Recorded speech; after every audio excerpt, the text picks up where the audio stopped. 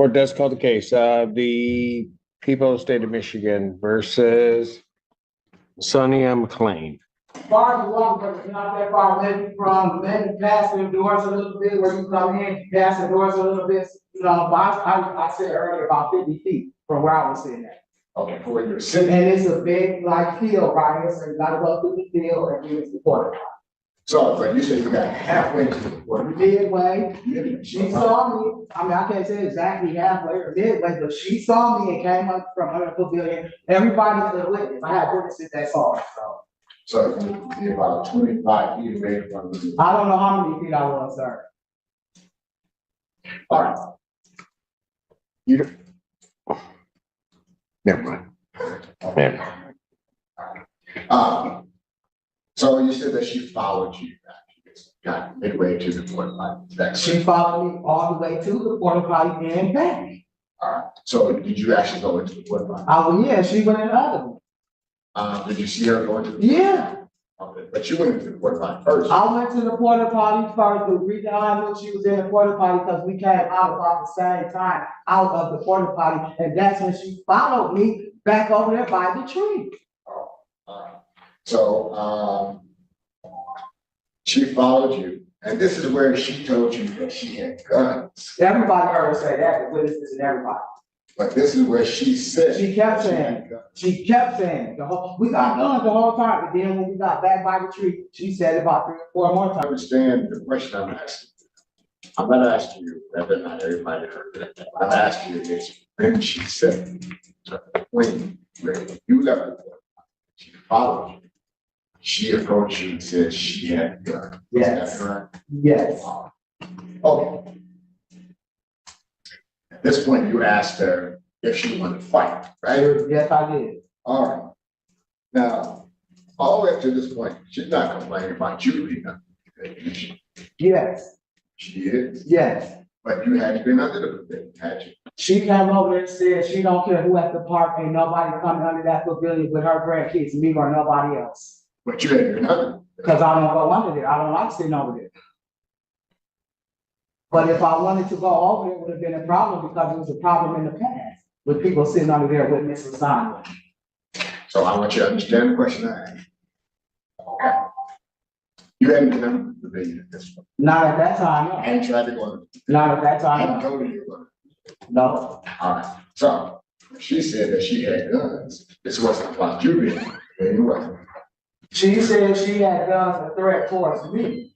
Cause she didn't say it to the lady that she didn't want under the pavilion. She told me she had a gun. And what she said, And this is all about keeping people out.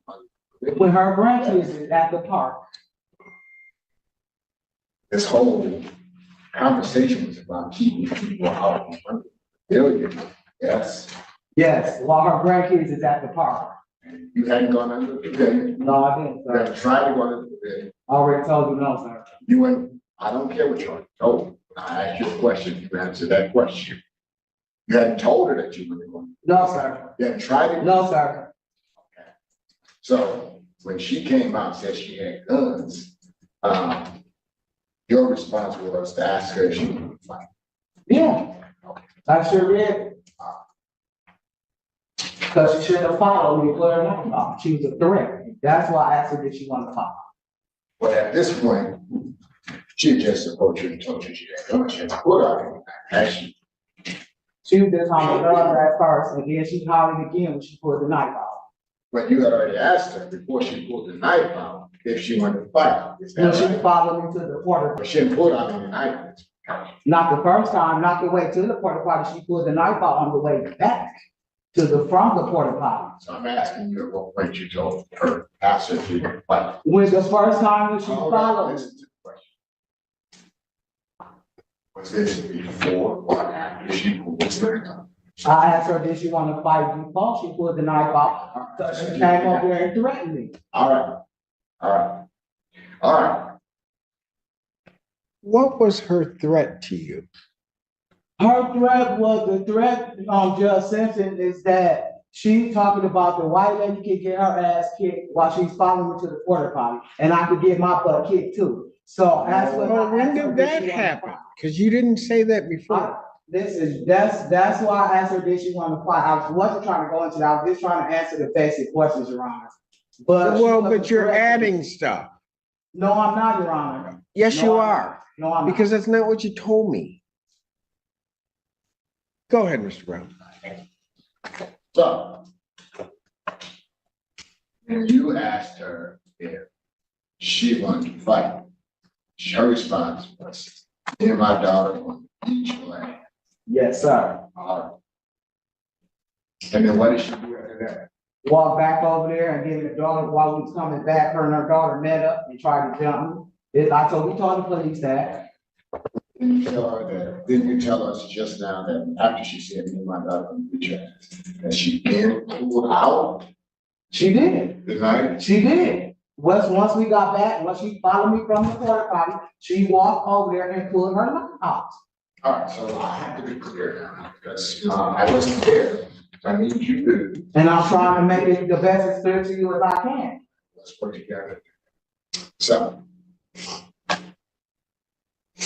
she comes out the court. Follow you, right? Back to where I was sitting at. All the way back to where you sit. Yes. So did you sit down? No, I didn't. Okay, so before you sat down, she says to you, she and all her friends have guns, right? Yes, sir. She was hollering, we got guns, we got guns. Everybody over there. And that's where you were sitting in that area. Said, you asked her if she would fight. I told her, put her gun down and we could fight. If you Put got her it. down. Okay. If you got Put it. her gun down? But we was going back and forth. There was a whole bunch of stuff said, Your Honor. That's why I kept asking her, did she want to fight? Because she kept. Okay, so hold on a second. I'm sorry, Mr. Brown. You said that you told her to put her gun down, and then that's when It was you all asked. being sarcastic, like if you really got a gun, then put it down and let's fight. Since you keep approaching me, I was really being sarcastic when I said that to her. Oh, okay, go ahead, Mr. Brown. It was a lot of words said between me and her during the argument. So we both were saying things. But she kept hollering, we got guns, we got guns. All right.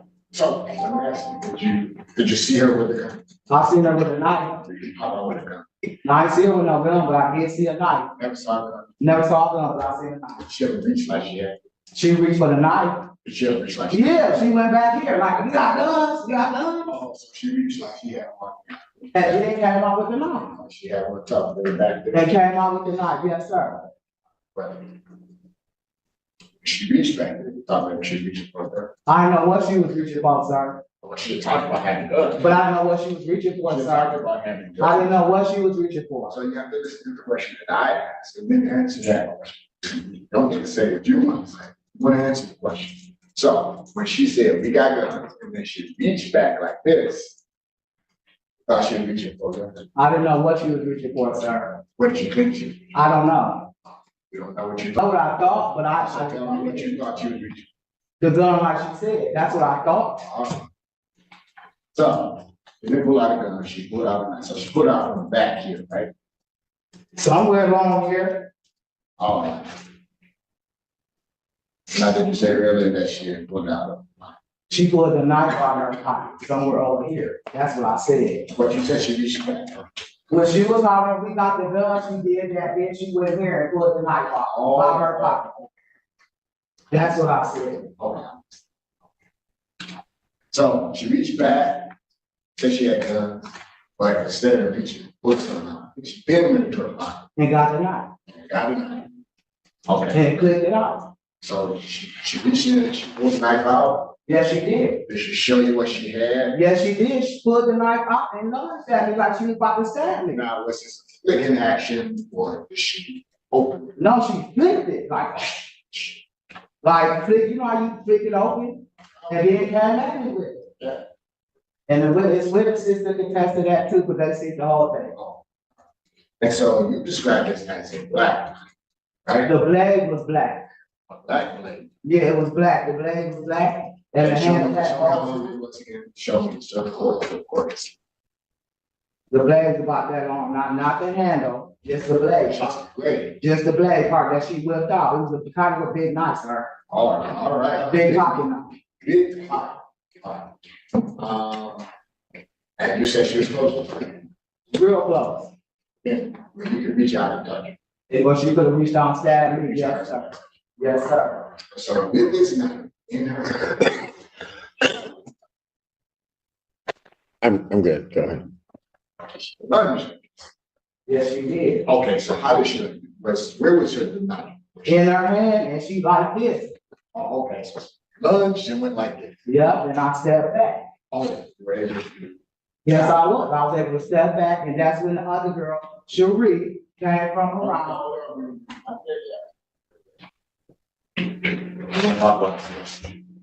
So lunge that she at the same time she stood her hand out in your direction. Like, Yes, she did. like she was gonna stab. Yes, she did, sir. And if you have, well, I want to thank you for your time. How many times did you ask her to, did she want to? Twice. Okay. After she approached me, Okay. When the mace came out, did you point it in her direction? no, I didn't. What'd you do with the mace? I just took it off my purse and just had it in my hand, and I had my hand down beside my side like this. So I didn't point it at her, none of that. And my witness could attest to that as well. I did not try to spray her, I did not run up on her with the mace. I just unhooked it and put it down by my side. Did the police see your mace? Yeah, it was hooked on my thing right here. Okay, did the police see it? Yeah, I don't know. Did you They give didn't it say- to them? No, they didn't say anything about the mace. Did you tell them you pulled mace? Yeah. I told the officer I had to take the mace. Well, no. Did you tell the officers that you pulled the mace or unhooked the mace in response to her? I think I did. But I was explaining what happened to him, and I told him that when she walked up on me with the knife, that I had my mace. Okay. Can I just, yeah, go ahead there, because I get more. Okay, so you did speak to the police, right? Yes, sir. Okay, if I showed you the statement, where you spoke to the police, well, first, you're saying that you told the police that you had this, right? You can see it was hanging on my purse right here. Did you tell the police that you pulled it out? Yeah. Okay, you did? I told him to defend myself. So I'm gonna bring something because you do is read over it. And I want you to point out, part where you mentioned to the police that you had. Can you do that one? Yeah.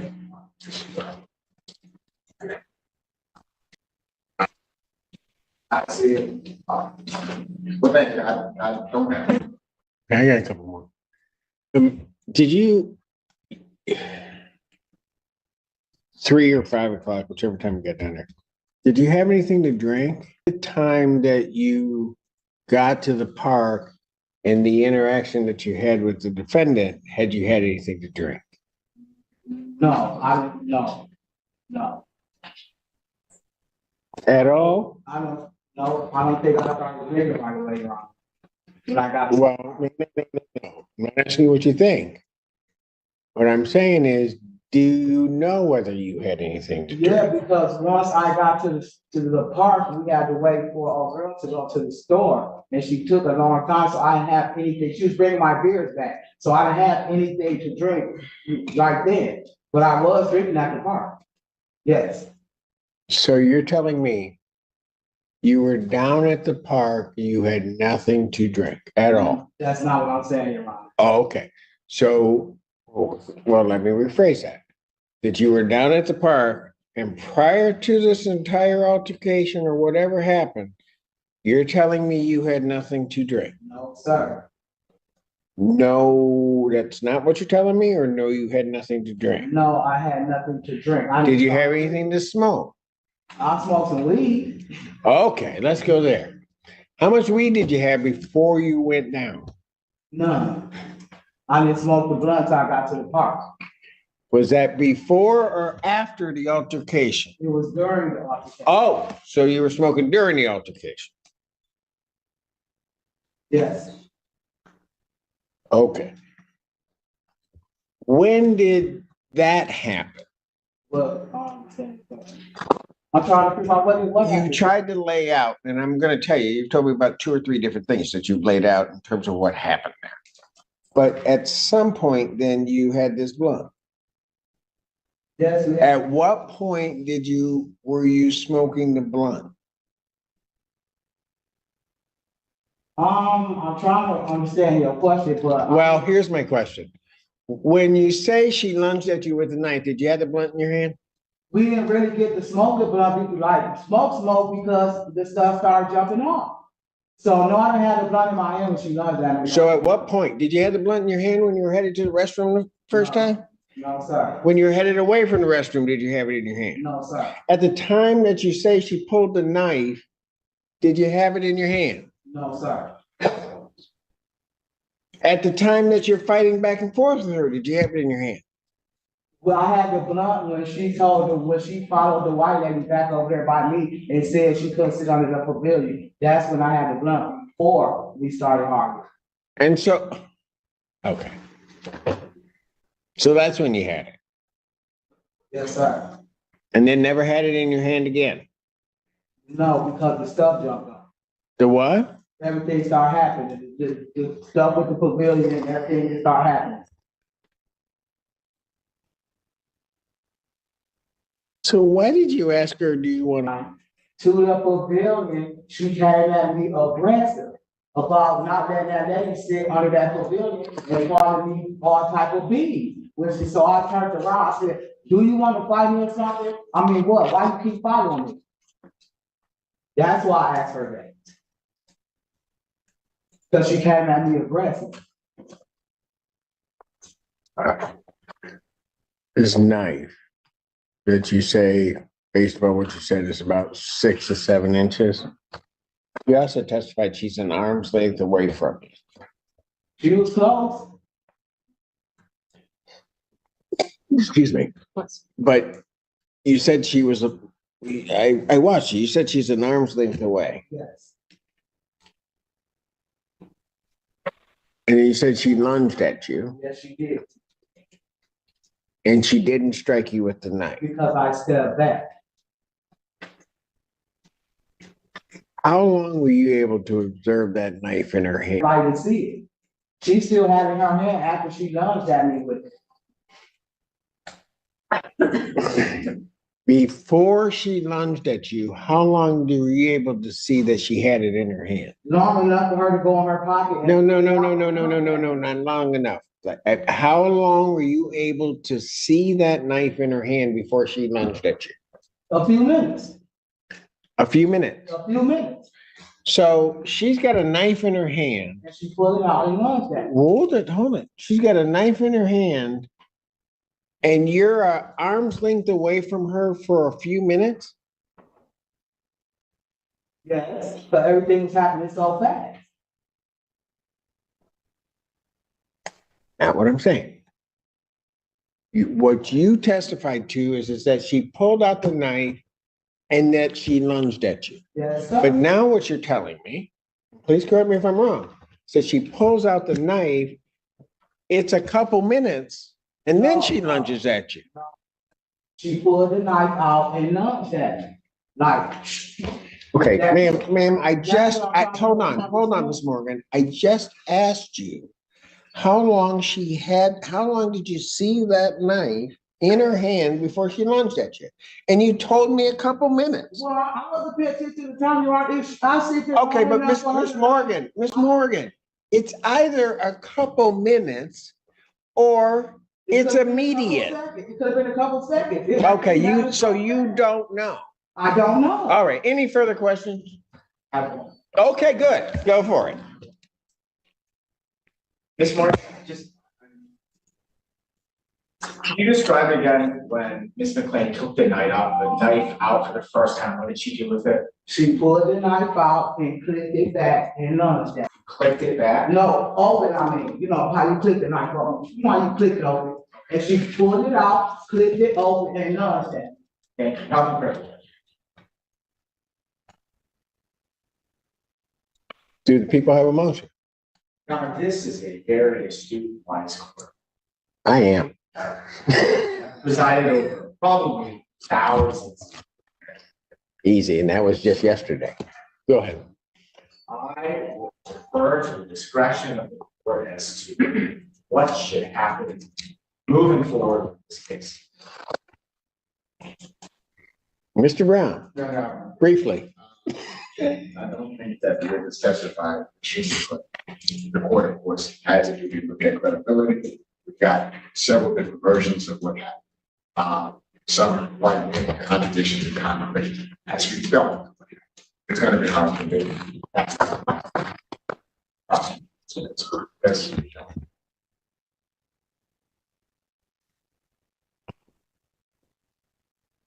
In this case, listen very closely to the testimony of Ms. Morgan and what was being told to me, and why I was asking some of the follow-up questions is that the court believes, I mean, I heard different versions of what happened. I am also concerned, because the crux of the felony charges is about the defendant purporting to have a knife, and certainly Ms. Morgan's response was the mace. The mace is not at all discussed in the police report. And Ms. Morgan is a bit unclear as to what she says she did with the mace, but that's not really the important issue. Their issue is was there a knife? Police do not recover a knife where there's no evidence that the police recovered a knife. I'm going to just say at best, it is murky about supposedly having this knife and what then happened. There couldn't have been a couple of minutes. Well, first of all, it was an immediate lunge when she opened the knife. That was on just testimony before the court asked any questions. Then when asked how long she saw the knife, it was a couple of minutes. Then, quite frankly, when Ms. Morgan realized that doesn't work, she was then asked the question again, and then it was an immediate thing, and then it was clarified that it was some immediate thing. Frankly, from this court's perspective, I don't think there ever was a knife. There was any response with mace. I think what happened is these folks got into a dispute. They started arguing back and forth, and may have indeed, I believe, Ms. Morgan, to the extent that there were threats or an argument going back and forth, probably between the two of them about whatever. So the court is going to decline to bind the defendant over finding no probable cause on count one. I will send the case down on the misdemeanor of assault and or assault and battery. She has already pled not guilty to that charge. I'll set that for pretrial before Judge Barr. October 9th at 10 a.m. October 9th, 2024, 9 a.m. before Judge Barr. Thank you.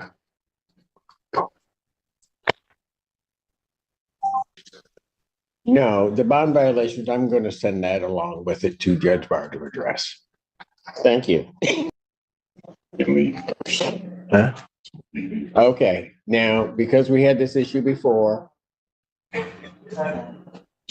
Yeah, I know. I set the rules. Ms. Morgan, you may get on the bus first, so you can leave, and then you will take the second bus. Thank you. Court needs a brief break, so I'm going to stand in recess.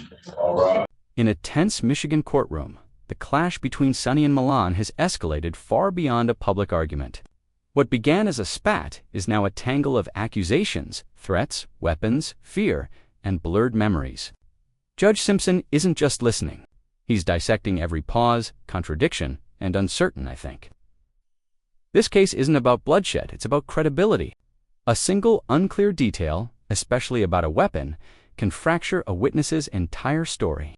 And in Michigan, intent matters, saying, "Do you want to fight?"